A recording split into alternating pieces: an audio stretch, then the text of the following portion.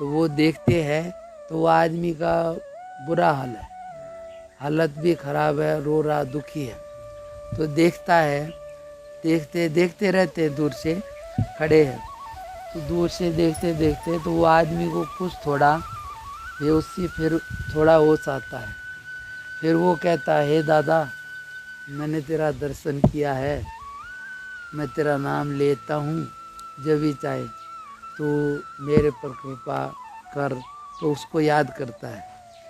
तो वो देखता है, मोटा जी लिखता है, अब वो देखते देखते उसका रंग बदल जाता है और उसका डर भय कम होता चला जाता है। और जैसे ही वो बोलता है तो वहाँ पर इतना बदल गया वो, अब बहुत ज़्यादा। और सच्चाई में पूछो तो वो कहता है कि दादा वहीं खड़े हैं। तो वो ये देख रहा है और वो बिल्कुल शांत सुंदर अवस्था उसकी हो गई है, आराम से शरीर छोड़ देता है। तो वो ये देख रहा है कि वहाँ दादा प्रत्यक्ष में खड़े ही हैं उसके साथ में। तो वो फिर उसको ये हो गया, विश्वास हो गया। तो जब से मोटा जी लिखता है कि दादा और केवल दादा, बस यही मेरे जीवन में। फिर कभी कभी वो धोनी वाले दादा बोलते थे कि ये एक ताजुद्दीन बाबा हुआ नागपुर में, बड़ा सिद्ध, और एक साईं बाबा, और एक अक्कलकोट स्वामी रामदास समर्थ महाराष्ट्र में, और एक उपासनी महाराज, और बोले ये और कई महात्मा। वो बोले कि ये सारे मेरे रूप हैं। कभी जब दादा मूड में होते तो बोलते ये सारे मेरे रूप हैं। तो फिर वो बाद में जब दादा वो धोने वाले भी वो हो गए, तो वो साधना करते हुए जब पाकिस्तान शायद नहीं था तो मोटा जी वहाँ गए कराची। तो वहाँ जाके साधना करने लगे। तब उन्होंने बताया कि एक आदमी आया रात को, मैं 12 बजे सुनसान साधना कर रहा था, समुद्र का किनारा था। तो मैं बोला साईं बाबा को नहीं जानता था और साईं बाबा का शरीर छूट चुका था। तो फिर बोले कि नीचे से मैं बैठा था तो एक आवाज़ आई, ए कौन है यहाँ? रात का सन्नाटा था। तो मैं एकदम से बोला कि ये मस्तों की जगह हट जाए यहाँ से। तो मोटा जी डरे नहीं, बोले कि मुझे भी मस्त होना है। बोला हटता है कि नहीं तो मारूं? तो वो नहीं हटता, डरता भी नहीं। तो वो कहते हैं वो पत्थर उठाता है साईं बाबा, उसको तो कुछ पता ऊपर से इतना ही दिखता है, तो इतना भारी पत्थर उठाता है जितना ये ईंटों का बना पड़ा। तो वो कई आदमियों से मुश्किल उठे और उठा कर ऐसे फेंक के मारता है। तो वो पत्थर साए साए करता जाता है और बोलता है मेरे बाल छू के समुद्र में गिरता है।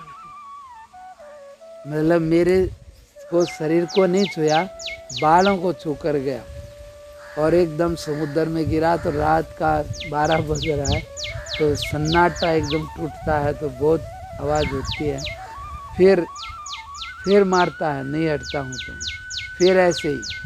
फिर मैंने ध्यान से देखा तो मैं सोचने लगा यार ये कोई साधारण आदमी तो नहीं हो सकता है, इतना आगे तो कई आदमी से पत्थर नहीं उठता, इतना बड़ा पत्थर और लग नहीं रहा है मेरे को, तो कुछ बात है। तो वो फिर उठ के नीचे जाता है, उसको नमस्ते करता है। तो देखता है एक लाल सा टोगा जैसा पहने है कुछ कपड़े और एक ऐसा है। तो वो नमस्ते करने लगा, मैंने उसको नमस्तक टेक के नमस्ते किया।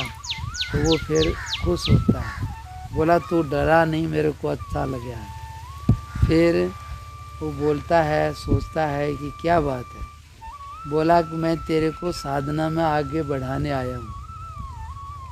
तू जो अभी पहले मोटा जी को साधना करते हैं तो पहला दर्शन द्वैत का तो वो बताते नहीं थे, पर कभी कोई बात आई तो उन्होंने ये भगवान कृष्ण की मूर्ति है तो ये आती है दर्शन में, ये आखिरी है द्वैत का, ये आखिरी दर्शन बताते हैं, इसके आगे अद्वैत है। तो इसलिए वो बोला, किसी ने बात हो कि ये बोले रे ये मूर्ति कितनी कोई बढ़िया बना ले बाहर से, बोले उसके नज़दीक भी नहीं है। तो उन्होंने लिखता है, बात आई जो बोलता है, बोले इतना सुंदर है, इतना सुंदर है कि वर्णनातीत है, उसका किसी प्रकार से वर्णन नहीं हो सकता, इसलिए वो उसमें लिखा है। और बोले पारदर्शी है, उसके आर पार दिखता है, और बोले एक बार नज़दीक आ जाता है और एक बार दूर हो जाता है, और एक बार यदि उसकी झलक आ जाए तो फिर बार बार मन होता है। तो बोले कि ये दर्शन के बाद भी ऐसा नहीं है कि समस्याएं खत्म हो जाती हैं, समस्याएं तो आती हैं, क्योंकि स्वयं भगवान थे, हाजिर थे अर्जुन के साथ, समस्याएं तो फिर भी आई थी, लेकिन हल निकलता है। इसलिए रातों रात भगवान भी जाग रहे थे अर्जुन की प्रतिज्ञा से, अब इसका हल कैसे होगा।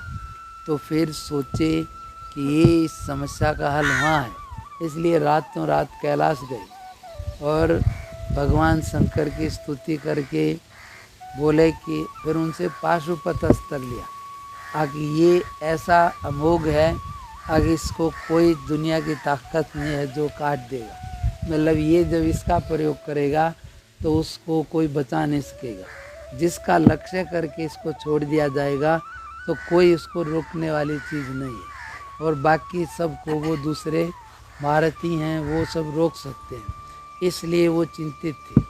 उसके बाद लेकिन ये भी जब भी काम करेगा, एक बार वो भाई ये लक्ष्य है, अब वो दिखेगा ही नहीं तो क्या करेगा, इसलिए वो फिर भगवान ने सूर्य को ढक दिया, फिर बाद में जब सामने आया तो हटा दिया, फिर बोले जल्दी से संधान कर, देख के जैसे ही उसका सब करना सब सिखा दिया, अर्थात समस्या का हल हो गया। उसके बावजूद भी क्या हुआ तुम्हें पता है, पता होगा ना क्या होगा, कि वो बोलेंगे कि वो